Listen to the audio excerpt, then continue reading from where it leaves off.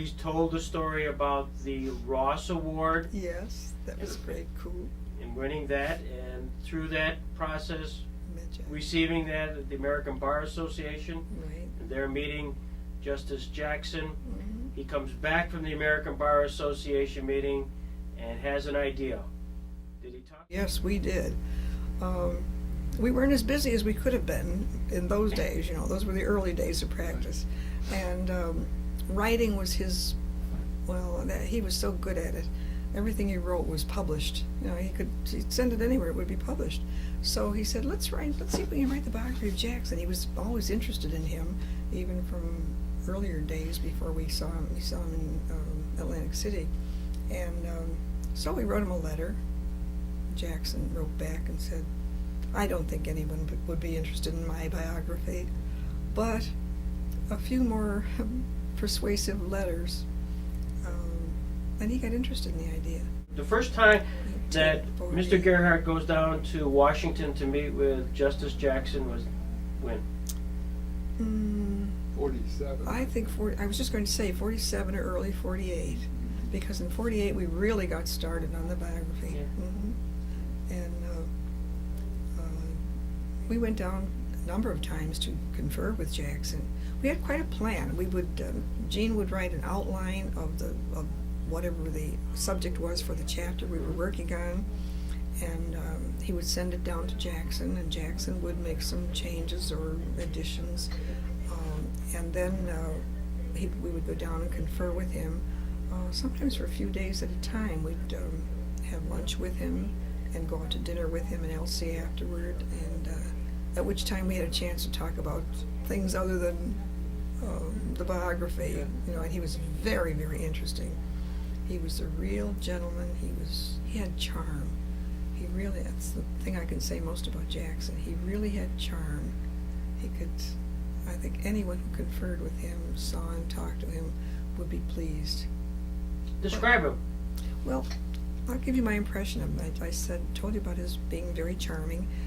He was very friendly, but underneath it all, I could feel a little stubbornness. I knew that he was determined to promote his ideas and his thoughts, and he wouldn't be swayed from them either.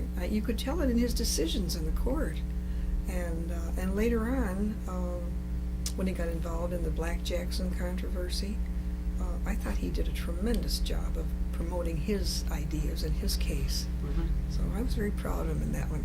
Yeah. Physically, what did he look like? He was of average height, dark hair, very pleasant smile.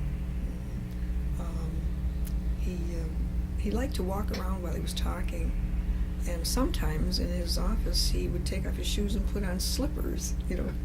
You'd send down to him the drafts or draft? Yes, we started with an outline, Mm-hmm. and then after going through the outline, we would come back and prepare. I would take copious notes, Mm-hmm. and we'd come back and we would prepare a first draft of the chapter that we were working on. We would send that down. Normally we sent it to Elsie, Mm-hmm. who would, she'd look at all his mail and all this, and she had the first chance to look, and she was instrumental too, I think, in some of the changes which were being made in the chapters. She would give them to Jackson, and he would, in his leisure time, I think he was anxious to see what we were doing immediately, but he would always say he had a lot of work to do. Every letter said, we are so busy, we are just involved in so many things, you know, we just can't get to it yet. And of course there were things that he had to prepare and send to us. We had, I remember particularly,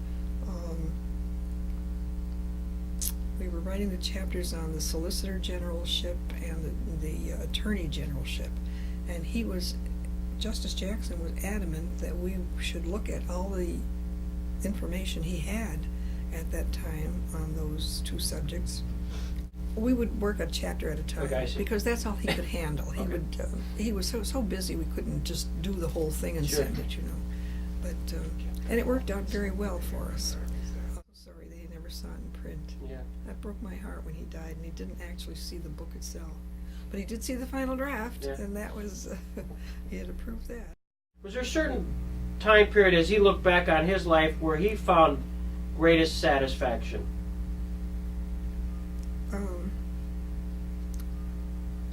I think his work at Nuremberg was the highlight of his career. He said that so many times. Of course, it was the kind of thing that no other lawyer judge had done up to that Right, point. right. And he was the man who did it, and it was really the highlight. But he also, as you can tell from some of his writings, the country lawyer, you know, in a small, he enjoyed practice in a small town, I think, too, very much. Right. When he went down to Washington, he became involved in many controversies, and he did such a wonderful job, though.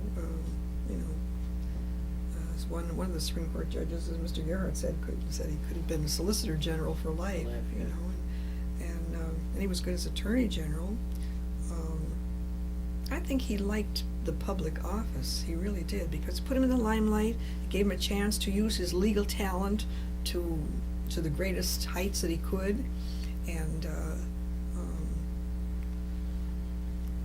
there was a controversy, remember, about the Chief Justiceship, but I never felt that Jackson was fighting for it. He probably could have, but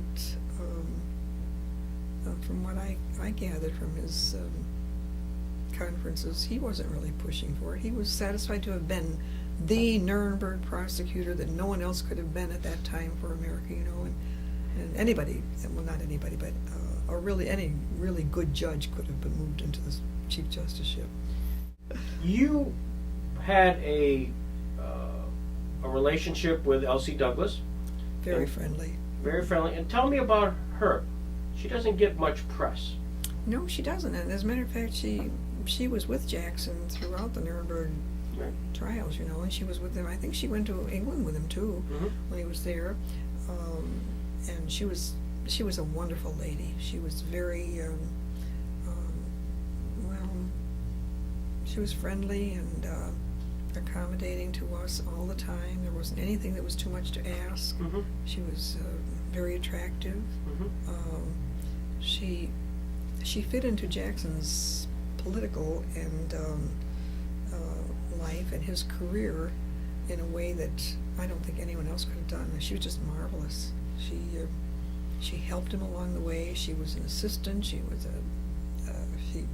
listened. She was sympathetic, you know, and she was just wonderful. So 1958, the book is finally published. You must have been relieved. No, I don't think so. No? I mean,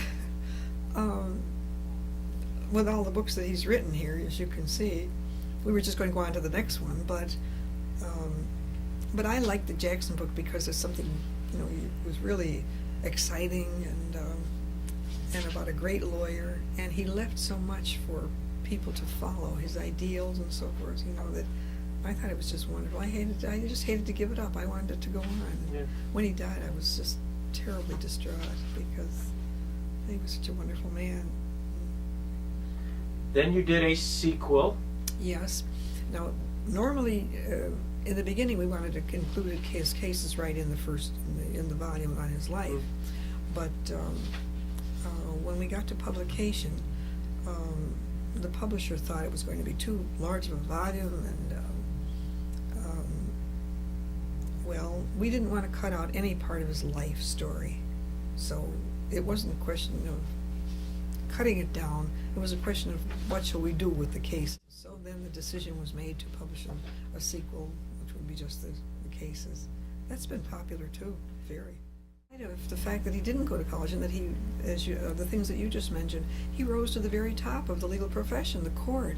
But in addition to that, he, in his writings himself and in his speeches and his articles, the idealism that he possessed, that he was passing on, to me was just wonderful.